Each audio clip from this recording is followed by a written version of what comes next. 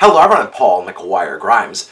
Jake Gyllenhaal, Dennis Quaid, and Gabrielle Union lend their voices to the latest animated Disney movie, Strange World. It's in theaters and I want to talk about it. This is Paul's trip to the movies.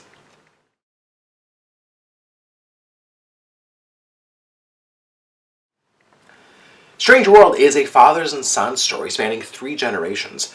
Dennis Quaid voices Yeager Clade, a renowned explorer who took his young son Searcher, who's voiced by Jake Gyllenhaal, out on a dangerous mission. Searcher discovers a glowing energy source within this plant species called Pando. And the purpose of this trip is then halted when Yeager turns on his son and disappears after this discovery.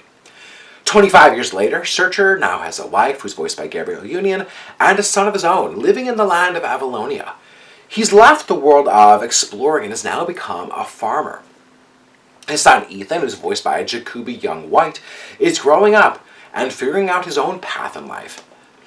Avalonia's leader, Callisto, who's voiced by Lucy Liu, seeks Searcher's help to head up an expedition when the Pando crop appears to be in danger. Searcher abides, but then finds his family, including his son Ethan, having jumped aboard his vessel despite the warnings against the danger.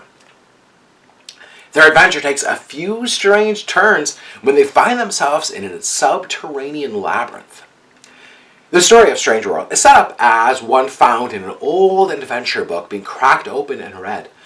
It should draw kids in pretty early on as it opens with a really adventurous mission full of peril.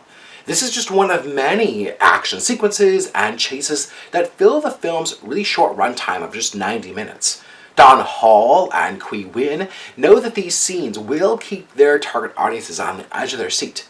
It's clear that they've been inspired by Raiders of the Lost Ark, Avatar, and Pixar's Up, and have really shied away from making it a musical, like Frozen or Encanto.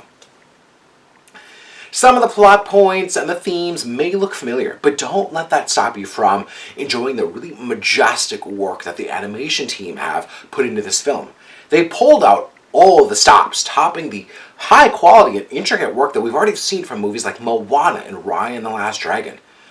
The concept of these new worlds really opens the animation to endless creativity in the creature designs and the texture and color palettes that they've used. You could just get lost in watching and examining the animation. Disney has explored parental themes before, going back to the early days of Bambi and Pinocchio. And they've come a long way, and it's really refreshing to see the grandfather-father-grandson dynamic in Strange World. It's not a happy-go-lucky one, but one that felt a little bit more grounded in today's culture, with some resentment, generational divide, and dad jokes along the way. We find out that Ethan is gay, and that he has a crush on his friend Diazo. And instead of having a coming out scene or kind of a sneaky glance to infer that the character's gay, Disney has really progressed to having Strange World be an accepting and inclusive world where Ethan's sexuality is openly discussed and has him, getting some romantic advice from a family member. Giving kids this type of accessibility is really vital. There are several lessons out there for the dads watching this to remember that our own kids may not follow in our footsteps and should be allowed to navigate their own path in this world. Jake Gyllenhaal lends his voice to animation so well. As the young Searcher, he has that plucky, go-get-em attitude. And then he leans into the protective but pure goofball stage later on as Ethan's dad. He nails that embarrassing dad type so well. Dennis Quaid finds the gruff and scratchy crazy grandpa persona to Yeager. Strange World sees 3 generations of differing personalities and values coming together to make a difference.